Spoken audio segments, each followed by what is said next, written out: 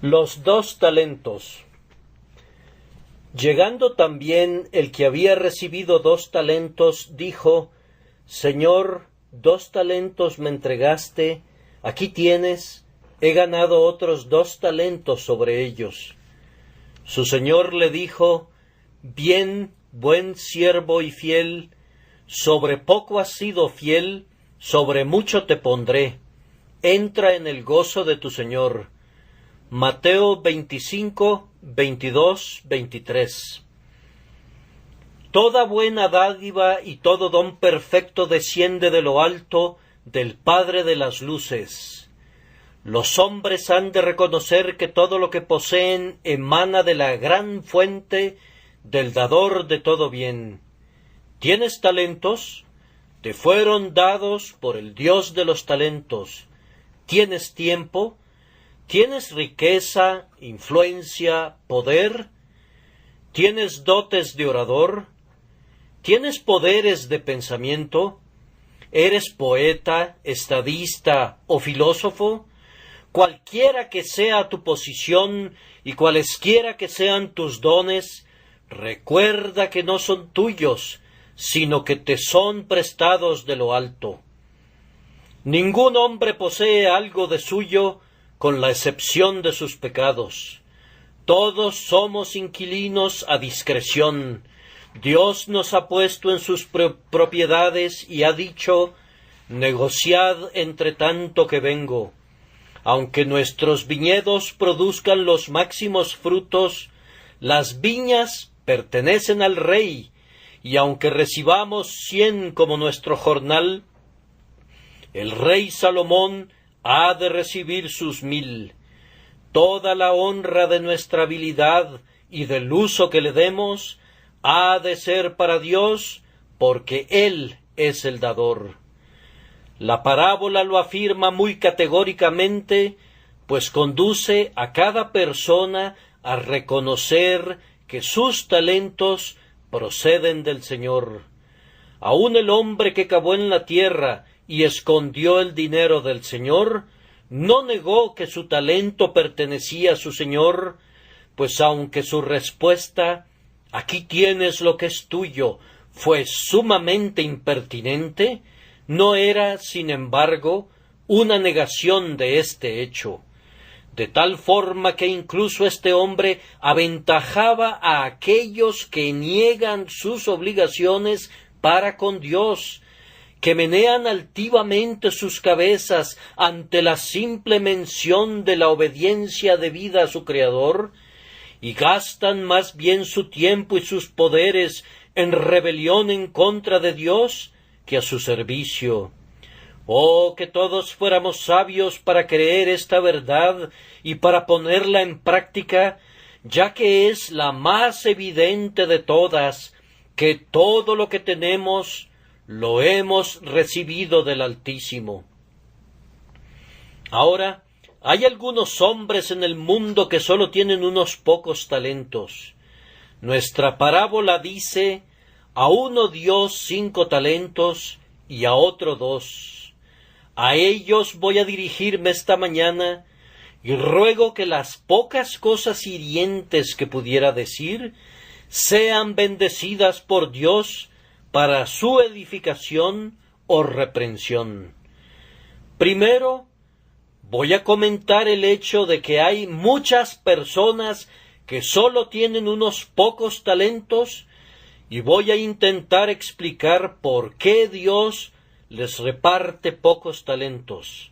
En segundo lugar, les recordaré que incluso por estos pocos talentos han de rendir cuentas. Y en tercer lugar, voy a concluir haciendo la consoladora observación de que si nuestros pocos talentos son usados correctamente, ni nuestra propia conciencia ni el juicio de nuestro Señor nos condenarán por no rendir más. Entonces, en primer lugar, Dios ha criado a algunos hombres con pocos talentos. Los hombres hablan con frecuencia de los demás como si Dios no hubiera establecido diferencias mentales entre ellos. Un hombre se descubre exitoso y entonces supone que si todos los demás hombres hubiesen sido tan diligentes y perseverantes como él mismo, todos habrían sido necesaria e igualmente exitosos. A menudo escucharán comentarios en contra de algunos ministros que son hombres piadosos y sinceros, pero que no tienen un poder de atracción, y son llamados individuos holgazanes y perezosos porque no pueden provocar mucha conmoción en el mundo, aunque la razón pudiera ser que sólo tengan poco talento y están haciendo el mejor uso del que tienen, y por tanto no debían ser censurados por la pequeñez de lo que son capaces de lograr. Es un hecho que incluso en nuestro nacimiento hay diferencias, y esto lo debería entender cualquiera. No todos los niños son igualmente precoces, y no todos los hombres son igualmente capaces de aprender o de enseñar. Dios ha establecido diferencias eminentes y maravillosas. No hemos de suponer que toda la diferencia entre un Milton y un hombre que vive y muere sin ser capaz de leer ha sido generada por la educación. Sin duda hubo originalmente alguna diferencia, y aunque la educación cuenta mucho, no puede hacerlo todo. El terreno fértil, cuando está bien labrado, necesariamente producirá más que la mejor propiedad cuyo suelo sea duro y estéril. Dios hizo grandes a algunos y estableció las diferencias, y nosotros, al tratar con nuestros semejantes, hemos de recordar esto para no decir cosas duras de aquellos mismos hombres a quienes Dios dirá después: «Bien, buen siervo y fiel». Pero, ¿a qué se debe que Dios no ha dado a todos los hombres talentos semejantes? Mi primera respuesta es: porque Dios es soberano, y de todos sus atributos, el que le agrada manifestar mayormente después de su amor es su soberanía. El Señor Dios quiere que los hombres sepan que tiene el derecho de hacer lo que quiera con lo suyo. Por esto es que la salvación la da a algunos y a otros no, y su única respuesta a cualquier acusación de injusticia es: «Mas antes, oh hombre, ¿quién eres tú para que alterques con Dios? Dirá el vaso de barro al que lo formó: ¿por qué me has hecho así?» El gusano no debe murmurar porque Dios no lo haya hecho un ángel, y el pez que se desliza en el mar no ha de quejarse por no tener alas para volar hasta los más altos cielos. Dios tenía el derecho de hacer a sus criaturas como a Él le agradara, y aunque los hombres cuestionen su derecho, Él lo mantendrá y lo conservará inviolado en contra de todas las objeciones. Para defender su derecho y conducir al hombre vano a reconocerlo, nos recuerda continuamente su soberanía en el otorgamiento de todos sus dones. «Daré a este hombre», dice él, «una mente tan aguda que pueda hurgar en todos los secretos. Haré otra mente tan obtusa que únicamente los más sencillos elementos del conocimiento le serán asequibles. Daré a un hombre tal riqueza de imaginación que acumulará una montaña de imágenes tras otra hasta que su lenguaje parezca alcanzar una majestad celestial. Daré a otro hombre un alma tan lerda que nunca será capaz de generar algún pensamiento poético. ¿Por qué es esto así, oh Dios? La respuesta nos llega: ¿no me es lícito hacer lo que quiero con lo mío? Pues no habían aún nacido, ni habían hecho aún ni bien ni mal, para que el propósito de Dios conforme a la elección permaneciese, no por las obras, sino por el que llama, se le dijo, el mayor servirá al menor. Y así está escrito en lo concerniente a los hombres, que uno de ellos será más grande que el otro. Uno inclinará su cuello y el otro le pondrá su pie encima, pues el Señor tiene el derecho de disponer de lugares y dones, de talentos y de riqueza, según sea agradable a sus ojos. Ahora, la mayoría de los hombres altercan con esto, pero observen que la cosa de la que se quejan en Dios es exactamente la misma cosa que aman en ustedes mismos. A todo individuo le agrada sentir que tiene un derecho a hacer con lo suyo lo que le plazca. Todos nosotros queremos ser pequeños soberanos. Ustedes quieren dar su dinero libre y liberalmente a los pobres, pero si alguno de ellos impertinentemente les exigiera algo porque tiene un derecho a su caridad, ¿le darían algo? Ciertamente no.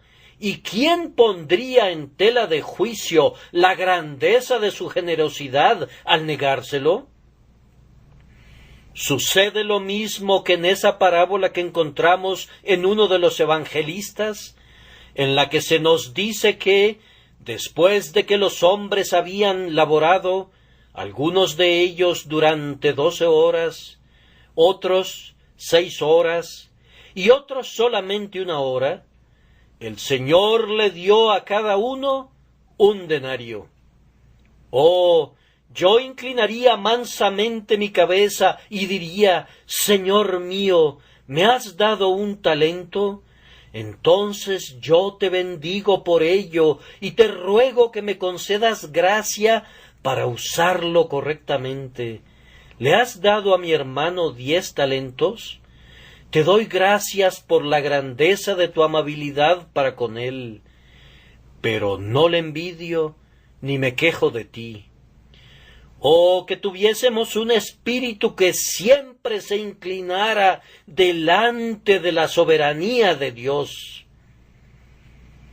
Además, Dios da a uno 5 talentos y a otro 2 talentos, porque el Creador es un amante de la variedad. Se ha dicho que el orden es la primera ley del cielo. Ciertamente la variedad es la segunda, pues en todas las obras de Dios hay una diversidad sumamente hermosa. Contemplen los cielos durante la noche. No todas las estrellas brillan con el mismo fulgor, ni están colocadas sobre líneas rectas como las lámparas de nuestras calles. Luego vuelvan su mirada hacia abajo. Vean en el mundo vegetal cuántas distinciones hay que van desde el cedro del Líbano hasta el hisopo que nace en la pared o el musgo que es todavía más pequeño. Miren cómo desde el enorme árbol gigantesco que da la impresión de que bajo sus ramas podría resguardarse todo un ejército, hasta el diminuto liquen, Dios ha hecho todo muy hermoso, pero todo lleno de variedad. Contemplen cualquier árbol si quieren. Vean cómo cada hoja difiere de su vecina, cómo incluso cada uno de los pequeños capullos diminutos que se están abriendo en este instante al olor del perfume de la primavera que se aproxima, difieren el uno del otro. No hay 2 iguales. Miren nuevamente al mundo animado. Dios no ha hecho a cada criatura semejante a la otra. Cuán amplio es el rango, desde el elefante colosal hasta el conejo que establece su guarida en la roca, desde la ballena que pinta de blanco el abismo con sus latigazos, hasta el diminuto pececillo que surca el arroyo. Dios ha hecho todas las cosas diferentes y vemos variedad por doquier.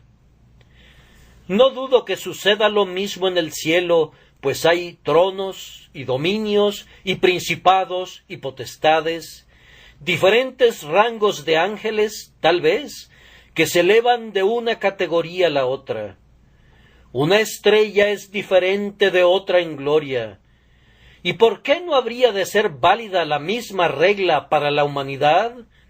¿Acaso Dios nos forma a todos con el mismo molde? No parece que fuera así, pues no ha hecho nuestros rostros iguales.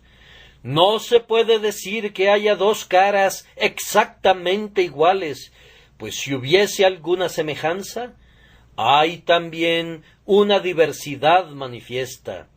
Entonces, ¿deberían ser semejantes las mentes? ¿Deberían ser moldeadas las almas de la misma manera? ¿Debería reducirse la creación de Dios a una gran fábrica en la que todo fuera fundido en el mismo fuego y derramado en el mismo molde? No, por causa de la variedad. Él hará a un hombre un renombrado David, y a otro lo hará un desconocido escudero de David. Hará que un hombre sea Jeremías, que habrá de profetizar, y de otro hará un Baruc, que únicamente leerá la profecía. Uno será rico como Epulón, otro será pobre como Lázaro. Uno hablará con una voz fuerte como el trueno, y otro será mudo. Uno será poderoso en palabra y doctrina, y otro será débil en oratoria y lento en palabras. Dios quiere tener variedad, y el día vendrá cuando, mirando al mundo desde arriba, veremos que la belleza de su historia está fuertemente endeudada con la variedad de caracteres que participaron en ella. Pero avancemos un poco más. Dios tiene una razón más profunda que esta. Dios da a algunos hombres sólo unos cuantos talentos, pues tiene muchas pequeñas esferas y quiere que éstas sean llenadas. Hay un gran océano y necesita habitantes. Oh Señor, tú has hecho a Leviatán para que nade en él. Hay una gruta secreta, una caverna oculta, muy lejos en las profundidades del mar. Su entrada es muy pequeña. Si no hubiese otros seres que un Leviatán, se quedaría sin un inquilino para siempre. Un pececito es formado, y ese pequeño espacio se convierte en un océano para él. Hay miles de ramas y de ramilletes en los árboles del bosque. Si todas las aves fueran águilas, ¿cómo serían alegrados los bosques con los cantos? ¿O cómo podría disfrutar cada ramita de su ave cantora? Pero debido a que Dios quiere que cada ramita tenga su propia música, hizo que el ave cantora se posara en ella. Cada esfera ha de tener la criatura que la ocupe adaptada al tamaño de la esfera. Dios actúa siempre económicamente. ¿Tiene el propósito de que un hombre sea el pastor de alguna pequeña parroquia de 400 o 500 habitantes? ¿De qué serviría que le diera a ese hombre las habilidades de un apóstol? ¿Tiene Dios el propósito de que una mujer sea la humilde maestra de sus propios hijos en casa, una tranquila preceptora de su familia? ¿No la turbaría y la lesionaría si Dios la hiciese una poetisa y le diera dones que electrizaran a una nación? La pequeñez de sus talentos la equiparán hasta un cierto grado para la pequeñez de su esfera. Hay un joven que es muy capaz de ayudar en una escuela para niños pobres. Tal vez, si tuviese un genio más elevado, podría desdeñar el trabajo y así la escuela para niños pobres se quedaría sin su excelente maestro. Hay pequeñas esferas y Dios quiere tener hombres pequeños para que las ocupen. Hay posiciones que representan un importante deber y se encontrarán hombres con nervios y músculos adecuados para esa labor. Él ha hecho una estatua para cada nicho y un cuadro para cada porción de la galería. Ninguna parte se quedará desocupada, pero como algunos nichos son pequeños, así serán las estatuillas que los ocupen. A algunos les da 2 talentos, porque 2 son suficientes y 5 serían demasiados. Además, Dios da a los hombres 2 talentos, porque en ellos manifiesta a menudo la grandeza de su gracia para salvar almas. Ustedes han escuchado acerca de un ministro que era profundamente ilustrado en conocimientos sagrados. Su sabiduría era profunda y su lenguaje elegante. Bajo su predicación muchas personas fueron convertidas. ¿Acaso no oyeron nunca? Tal vez no fue dicho con toda claridad, aunque sí fue sugerido, que mucho de su éxito era atribuible a su erudición y a su elegante oratoria. Pero, por otro lado, se habrán encontrado con alguien que es áspero en su forma de hablar, de modales toscos y evidentemente sin grandes logros literarios. Sin embargo, Dios le ha dado a ese hombre el único talento de un corazón sincero. Habla como un hijo del trueno, con un lenguaje áspero y severo, denuncia el pecado y proclama el Evangelio. Bajo su predicación, cientos son convertidos. El mundo lo escarnece. No puedo ver ninguna razón para ello, dice el erudito. Todo es basura, plática vacía, el hombre no sabe nada. El crítico toma su pluma, le limpia la punta, la hunde en la tinta más amarga que pueda encontrar y escribe una historia sumamente deleitable de ese hombre, en la que llega tan lejos como para afirmar todo tipo de calumnias. Tal vez no diga que ve cuernos sobre su cabeza, pero con la excepción de eso, dice casi todo lo demás. Ese hombre es todo lo que sea malo y nada que sea bueno. Lo denuncia exhaustivamente, es insensato, es vano, es ruin, es altivo, es inculto, es vulgar. No existe una palabra en el idioma inglés que fuera lo suficientemente mala para él, por lo que debe acuñarse una que lo sea. Y ahora, ¿qué dice la Iglesia? ¿Qué dice el propio hombre? Sí, Señor, gloria sea a ti por siempre, puesto que lo vil del mundo y lo menospreciado escogió Dios, y lo que no es, para deshacer lo que es. Así que parecería que Dios recibe algunas veces mayor gloria de lo pequeño que de lo grande. Y no dudo que Dios haya creado a algunos de ustedes con poco poder para hacer el bien, con poca influencia y con una esfera reducida, para manifestar a los ángeles en el último gran día cuánto puede hacer en un poco espacio. Ustedes saben, queridos amigos, que hay 2 cosas que siempre atraerán nuestra atención. Una es la habilidad incorporada a una corpulencia estupenda.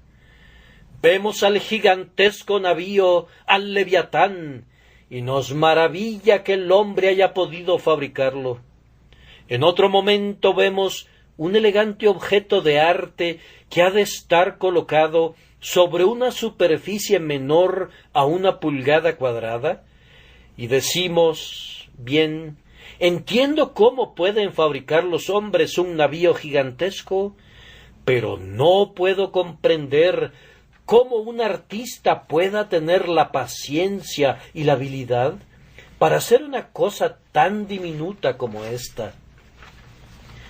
Y amigos míos, Me parece que Dios no es un Dios más grande para nuestro entendimiento cuando vemos los campos sin fronteras del éter y los incontables astros que flotan en él, que cuando vemos a una humilde mujer aldeana y contemplamos la perfecta palabra de Dios cumplida en su alma y la más alta gloria de Dios, obrada con su poco talento.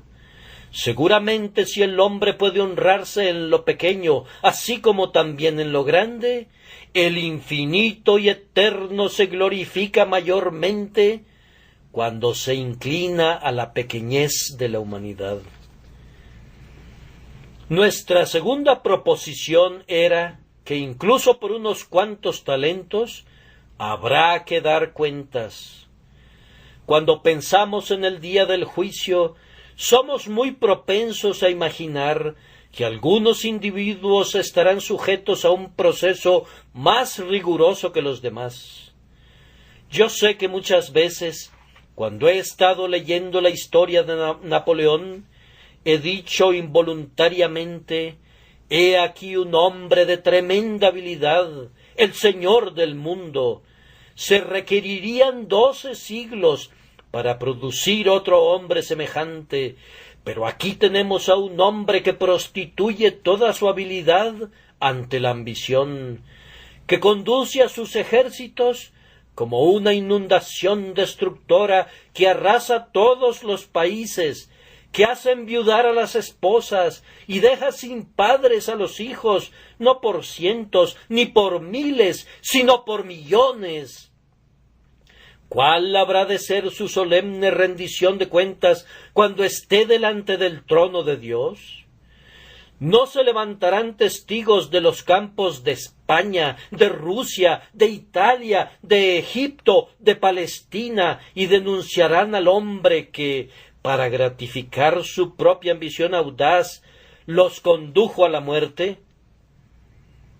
Pero por favor recuerden que aunque Napoleón habrá de ser un prisionero delante del tribunal, cada uno de nosotros también deberá presentarse allí. Y aunque nuestra posición no sea muy alta y no hayamos estado sobre el pináculo de la fama, habremos estado lo suficientemente alto para quedar bajo la observación del Altísimo, y habremos tenido la habilidad y el poder suficientes para hacer el mal en el mundo y para tener que rendir cuentas por ello. «Oh», dijo alguien, «yo pensé que en verdad en el día del juicio me pasaría por alto. No he sido un Tom Paine, no he sido un líder entre ruines infieles vulgares, yo no he sido un homicida, no he sido un príncipe en medio de los pecadores, no he sido un perturbador de la paz pública. Los pocos pecados que he cometido se han producido sin ruido. Nadie ha oído hablar de ellos. No creo que mi mal ejemplo haya ido muy lejos. Tal vez mis hijos no han sido muy bendecidos por mi comportamiento, mas, sin embargo, la mía ha sido sólo una pequeña cantidad de maldad, demasiado pequeña para haber podido envenenar a alguien que estuviera a mi lado. He sido, en general, tan tolerablemente moral que, aunque no podría decir que he servido a Dios, mis desviaciones del sendero del deber han sido en verdad inapreciables. En verdad, amigos, podrían considerarse lo más pequeños que quisieran, pero querer hacerse insignificantes no los excusará. Muy poco les ha sido confiado, entonces tienen menos problemas para hacer uso de sus talentos. El hombre que tiene muchos talentos requiere de una labor más ardua para usarlos a todos. Podría decir la excusa que le pareció que 5 talentos eran demasiados para ponerlos en el mercado a la vez. Tú tienes solo uno. Cualquiera puede poner su único talento al interés. No te costaría mucho hacer eso. y en tanto que vivas y en tanto que mueras, sin haber incrementado ese único talento, tu culpa se verá incrementada en grado sumo por el simple hecho de que tu talento no era sino pequeño y consecuentemente el dilema de usarlo no podía ser sino pequeño también. Si tenías poco, Dios requería poco de ti. Vamos entonces, ¿acaso no produjiste eso? Si un hombre pone una casa en renta al precio de 1 libra esterlina por año, sin importar cuán pequeña sea la casa para el valor de la renta, si no cobrara su renta, no tendría ni la mitad de la excusa que tendría si su renta hubiese sido de 100 libras y no la hubiese podido cobrar. Tú serás más inexcusable en razón de lo poco que se requería de ti. Entonces, permítanme dirigirme a ustedes para recordarles que han de rendir cuentas. Recuerda, querido lector, que en el día del juicio tu rendición de cuentas habrá de ser personal. Dios no te preguntará qué hizo tu iglesia, Él te preguntará qué hiciste tú mismo. Ahora, hay una escuela dominical. Si Dios juzgara a todos los miembros de la iglesia como un cuerpo, cada uno de ellos diría: «Oh Señor, como un cuerpo teníamos una excelente escuela dominical y teníamos muchos maestros», y así se excusarían a sí mismos. Pero no es así. Uno a uno, todos los profesantes habrán de concurrir delante de él. ¿Qué hiciste por la escuela dominical? Yo te di el don para que enseñaras a los niños. ¿Y qué hiciste? ¿Qué hiciste tú? Tú no debes responder ahora por el grupo con el que estabas unido, sino por ti como un individuo. Oh, dirá alguno, había un gran número de ministros pobres. Yo estaba en el Surrey Hall y se hicieron muchas cosas por ellos. No, ¿qué hiciste tú? Has de ser responsabilizado personalmente por tu propia riqueza, por tu propia habilidad. Bien, dirá alguien, me alegra decir que hay mucha más predicación ahora de la que solía haber. Las iglesias parecerían estar muy activas. Sí, amigo, y parecieras tomar parte del crédito para ti. ¿Predicas más tú de lo que solías predicar? Tú eres un ministro. ¿Haces tú algún mayor esfuerzo?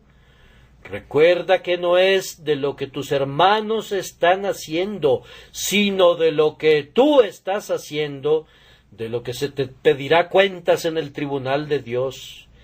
Y a cada uno de ustedes le será hecha esta pregunta: ¿qué has hecho con tu talento?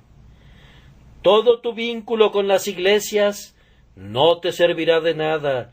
Son tus acciones personales, tu servicio personal hacia Dios es el que será demandado de ti como una evidencia de gracia salvadora. Y si otros están ociosos, si otros no le dan a Dios lo que le es debido, con mucha mayor razón tú debiste haber sido sumamente diligente en hacerlo. Recuerda además que tu rendición de cuentas tendrá que ser particular. Dios entrará en todos los mínimos detalles.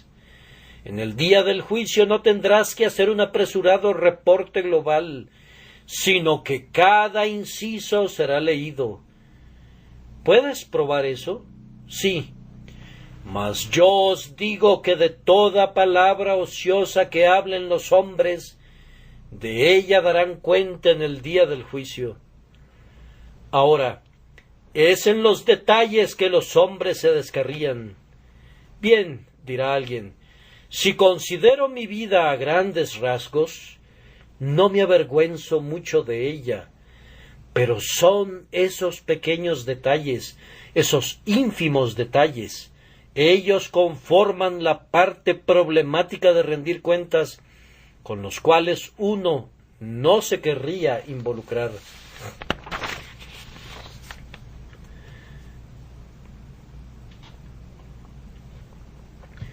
¿Sabes que todo el día de ayer se constituyó de pequeñeces? Y las cosas de hoy son todas pequeñas, y lo que hagas mañana serán todas cosas pequeñas. De la misma manera que las diminutas conchitas forman los montes de caliza, y los montes de caliza conforman cordilleras, así las acciones triviales conforman las cuentas completas, y cada una de ellas ha de ser seleccionada aisladamente. Tú tenías una hora disponible el otro día. ¿Qué hiciste? Tenías una voz. ¿Cómo la usaste? Contabas con una pluma y podías usarla. ¿Cómo la empleaste? Cada pormenor será descubierto y se demandará una cuenta por cada uno de ellos.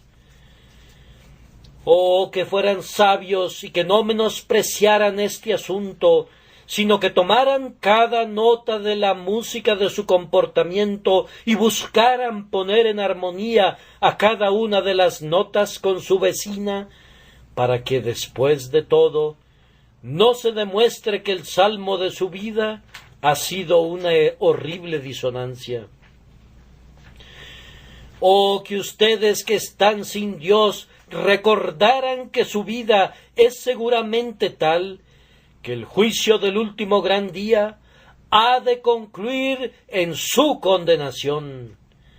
Además, esas cuentas serán muy exactas y no habrá manera de excluir esos nimios detalles. Oh, fueron en verdad unos cuantos pecadillos y unos asuntos muy ínfimos, no llevé la cuenta de ellos. Pero de todos ellos se hará un inventario en aquel momento.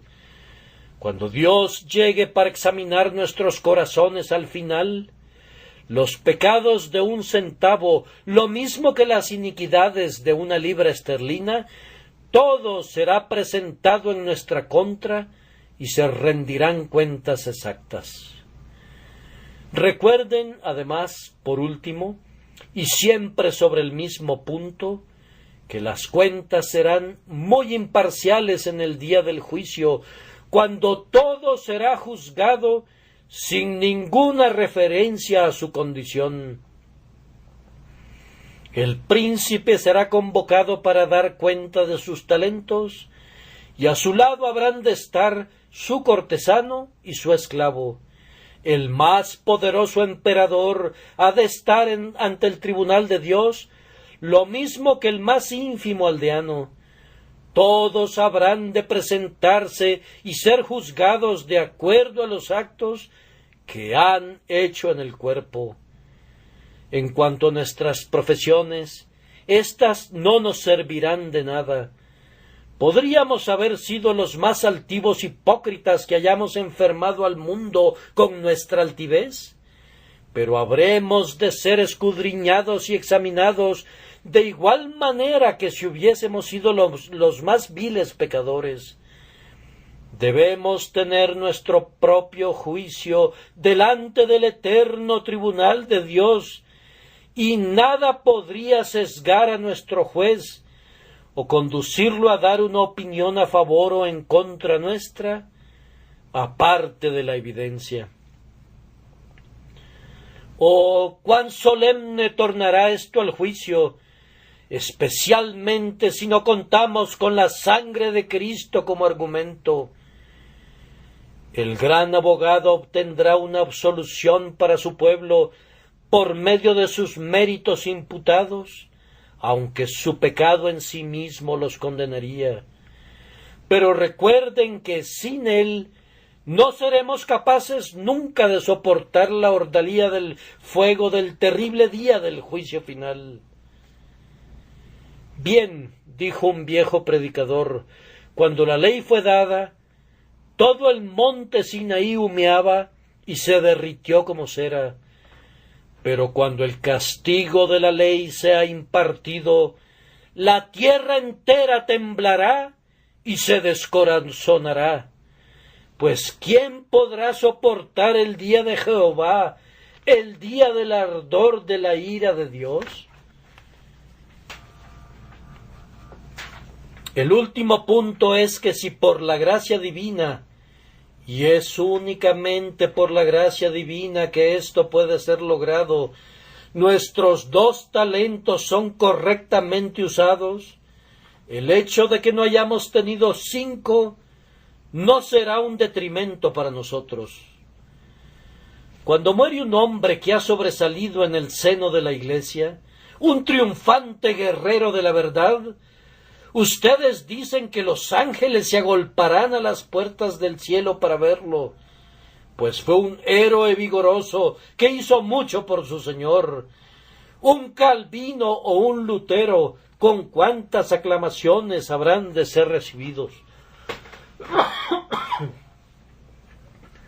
Son hombres con talentos que han sido fieles a los que les fue confiado.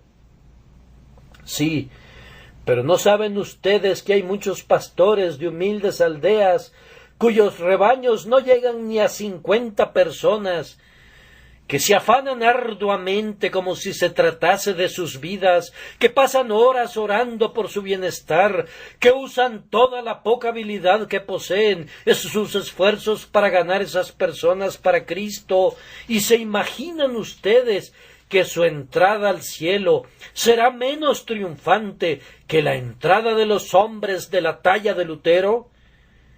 Si así fuera, no saben cómo trata Dios con su pueblo. Él les da las recompensas no de conformidad a la grandeza de los bienes que les fueron confiados, sino de acuerdo a su fidelidad para con ellos, y quien ha sido fiel sobre poco será tan recompensado como aquel que ha sido fiel sobre mucho. Quiero que vayan rápidamente al capítulo 25 de Mateo para ver esto. Notarán, primero, que el hombre que tenía 2 talentos acudió a su señor con la misma confianza que el hombre que tenía 5. Señor, 2 talentos me entregaste. Aquí tienes, he ganado otros 2 talentos sobre ellos. Estaré obligado a decir que mientras ese pobre hombre con los 2 talentos estaba negociando con ellos, frecuentemente miraba a su vecino que tenía 5 talentos y decía: «Oh, yo desearía ser tanto como mi vecino». Ahora vean, él tiene 5 talentos que invertir y cuántos intereses está recibiendo cada año. «Oh, que yo pudiera lograr el mismo rendimiento». Y conforme seguía adelante, oraba a menudo: «Oh, Señor mío, dame una mayor habilidad y mayor gracia para servirte, pues anhelo hacer más». Y cuando se sentaba a leer su diario personal, pensaba: «Ah, este diario no dice mucho. No hay un relato de mi recorrido a lo largo de 50 condados. No puedo decir cómo he viajado de región a región como lo hizo Pablo para predicar la verdad. No, me he tenido que quedar en esta parroquia y casi me he muerto de hambre trabajando arduamente para esta gente. Y si he agregado algunas 10 o 12 personas a la iglesia, eso ha sido algo muy exitoso para mí. Vamos, oigo que el señor fulano de tal tuvo el privilegio de agregar 200 o 300 personas en un año. Oh, que yo pudiera hacer eso.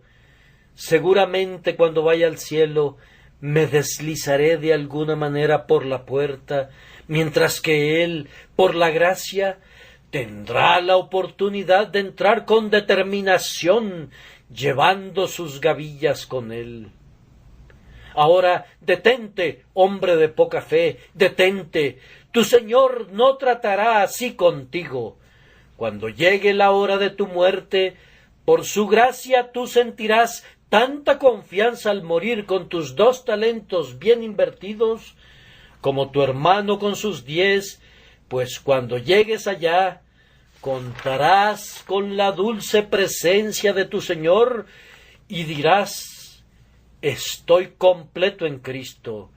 La justicia de Cristo me cubre de la cabeza a los pies, y ahora mirando atrás a mi vida pasada, puedo decir: bendito sea su santo nombre. Es poco lo que podía hacer, pero he hecho todo lo que podía hacer por él. Sé que perdonará mis defectos y remitirá mis fracasos, y nunca miraré hacia atrás a mi cargo en la humilde aldea sin sentir mucho gozo, porque el Señor me permitió trabajar allí. Y me parece que el hombre tendrá incluso un encomio más rico en su propia conciencia que el hombre que ha sido más públicamente aplaudido, pues se puede decir a sí mismo, después de haber puesto toda su confianza en Cristo: bien, estoy seguro que no hice esto por fama, pues florecí sin ser visto. He perdido mi dulzura con el aire del desierto. Nadie se ha enterado jamás de mis actos. Lo que yo hice se quedó entre mi Dios y yo, y puedo rendirle mis cuentas y decirle: Señor, lo hice por ti y no para honrarme a mí mismo. Sí, amigos, podría hablarles ahora de muchas decenas de evangelistas denodados en esta nuestra tierra, que están trabajando más que cualquiera de nosotros, y sin embargo se llevan mucho menos honor. Sí, y podría mencionarles una gran cantidad de misioneros de la ciudad, cuyo arduo trabajo por Cristo está más allá de cualquier medida de alabanza, que nunca alcanzan una gran recompensa aquí, es más, que se enfrentan con desaires y desatenciones.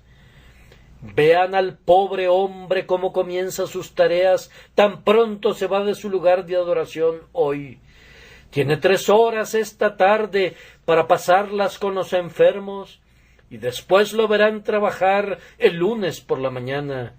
Tiene que ir de casa en casa, pero a menudo recibe portazos en su cara, a menudo se ve expuesto a la gentuza y a los borrachos, y recibe burlas y escarnios, y se reúne con personas de todas las persuasiones religiosas o que no tienen ninguna persuasión.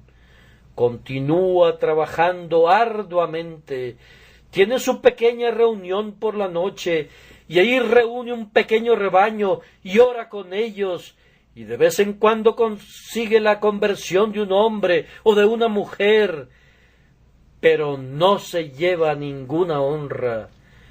Sólo le presenta al ministro al recién convertido y le dice: Señor, aquí está un buen hombre, creo que ha sido reclutado. ¿Podría bautizarlo y recibirlo en su iglesia?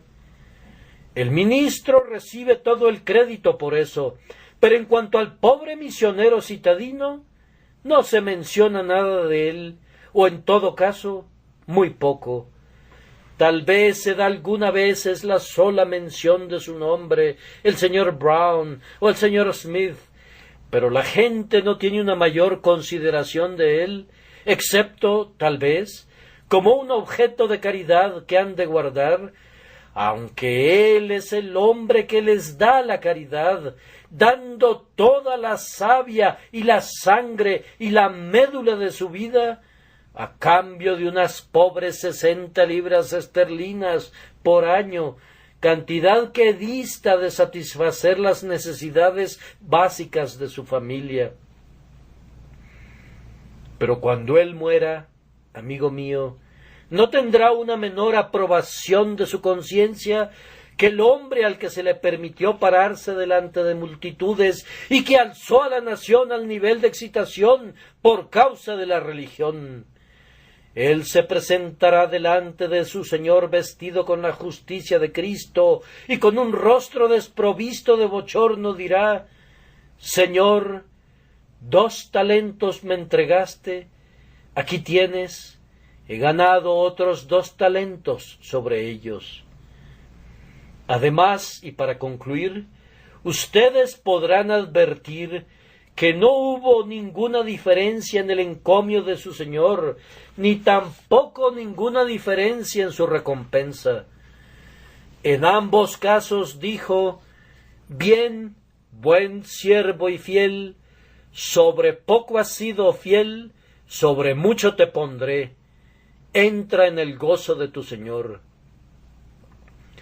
Aquí viene Whitefield, el hombre que se presentó ante 20,000 personas congregadas para predicar el Evangelio, quien en Inglaterra, Escocia, Irlanda y América testificó la verdad de Dios y que podía contar en miles a sus convertidos, incluso por un solo sermón.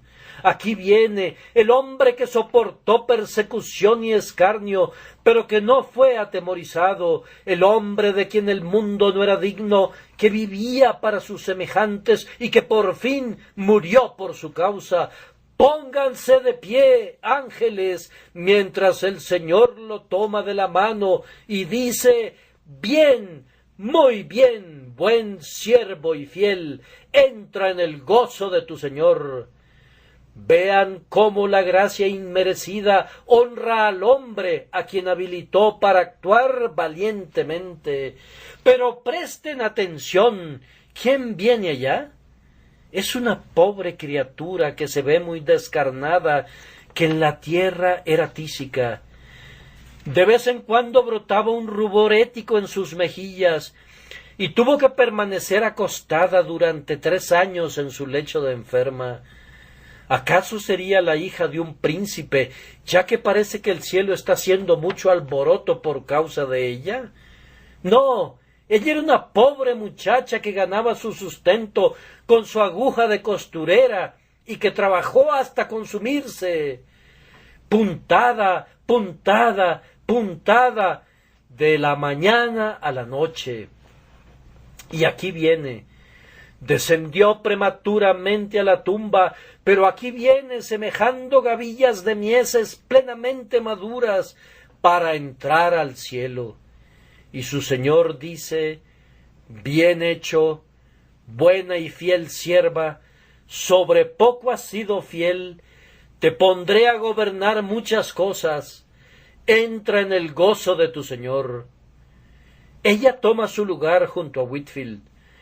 Pregunten qué fue lo que hizo, y descubrirán que solía vivir en una casucha escondida en un oscuro callejón de Londres, y otra pobre muchacha acostumbraba venir a trabajar con ella, y esa pobre muchacha, cuando vino la primera vez a trabajar con ella, era una alegre y volátil criatura, y esta jovencita tísica le contó de Cristo, y solían, cuando se sentía bastante bien, ingeniárselas para asistir a la capilla o a la iglesia juntas. Al principio le resultaba difícil convencer a la otra chica que fuera, pero la presionaba amablemente, y cuando la chica se descarrió un poco, la otra nunca se rindió. Solía decirle: oh, Juana, yo quisiera que amaras al Salvador. Y cuando Juana no estaba con ella, solía orar por ella. Y cuando Juana estaba junto a ella, oraba con ella. Y de vez en cuando, mientras cosía, le leía una página de la Biblia, pues la pobre Juana era analfabeta. Y con muchas lágrimas procuraba hablarle del Salvador que la amaba y que se había entregado por ella. Por fin, después de muchos días de firme persuasión, y de muchas horas de tristes desilusiones, y de muchas noches de desvelo y de oraciones salpicadas de lágrimas, por fin vivió para ver que la joven profesara su amor por Cristo, y la dejó, y se enfermó, y estuvo en cama hasta que fue llevada al hospital, donde murió.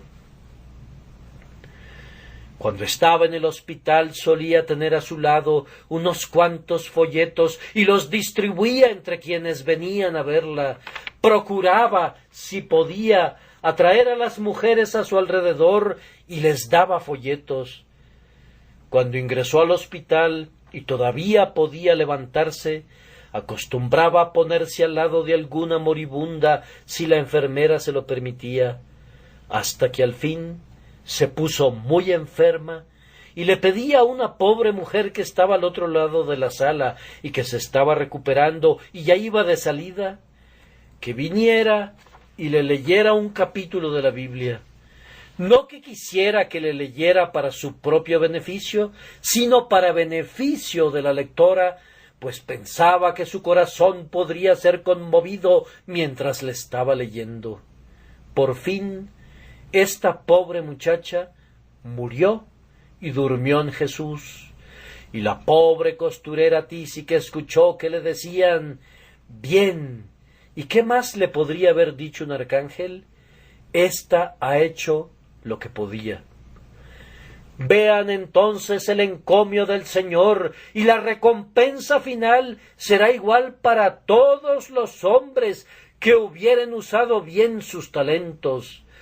Ah, si hubiera grados de gloria, no serán distribuidos de acuerdo a nuestros talentos, sino a nuestra fidelidad en usarlos. En cuanto a si hay grados o no, no lo sé, pero esto sí sé: el que hace la voluntad de su Señor oirá que se le dice: «Bien, buen siervo y fiel». Y ahora, amigos, solamente esta palabra.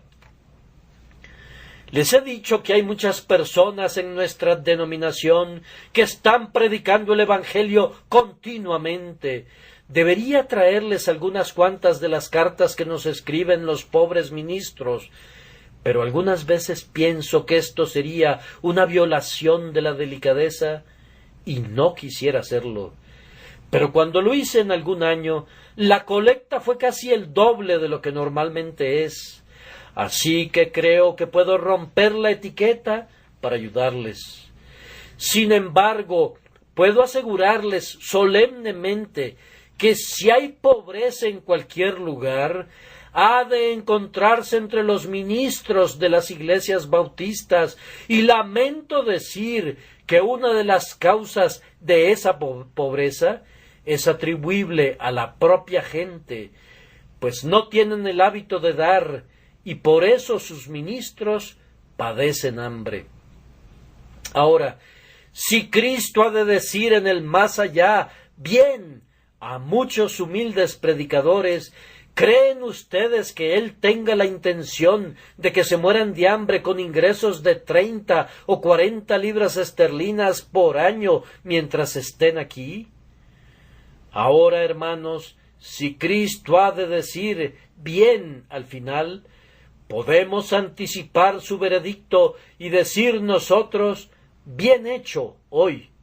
¿Y cómo podemos decir bien de mejor manera que quitando el bozal al buey que trilla y dándoles a estos pobres ministros algo de nuestro propio dinero conforme Dios nos ayude para que sus necesidades se vean solventadas? Habrá un buen número de personas que dependerá el año entrante de lo que ustedes den este año. Tal vez ustedes recuerden esto y les ayuden. Un amable caballero que usualmente asiste aquí dice: «No pude asistir hoy, así que envío mi libra esterlina para que sea colocada en la caja de la colecta junto al ministro». Y yo confío que si hay personas que están ausentes aquí hoy, pero que asistirán el próximo domingo, no olvidarán esta colecta. Esta colecta es siempre muy dilecta para el corazón de mi iglesia.